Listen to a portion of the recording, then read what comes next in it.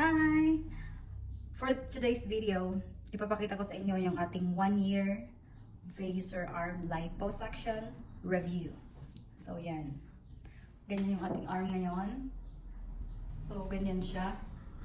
Dati matagal, bago ako nagpa-lipo, malaki talaga ito. So, ganito na siya pag 1 year. So, medyo kita pa rin. So, kita nyo yung kanyang, yung naalis, kitang-kita. Yung parang kung saan nila nasak yung mga fat dito. Kasi as in, malaki talaga yung kamay ko. Parang ganyan, So, yung sa scar niya, actually meron siyang scar. Paano ba yan? Ayan. Hindi po edited or ano yung video na to. Ganyan siya. Ganyan. Pag side. Tapos pag iganyan ko naman, minsan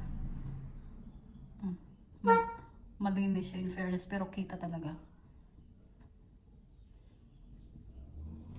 Sa right side naman, meron siya. Yan. Ganyan yung scar after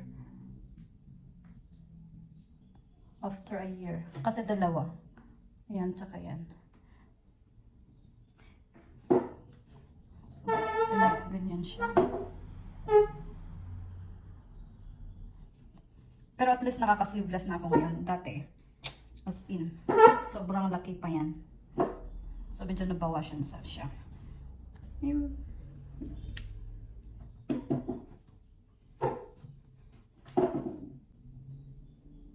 Pag yung pinatigas mo, kitang-kita siya,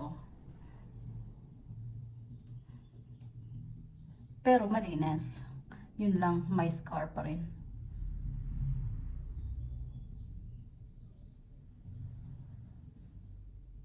Yan.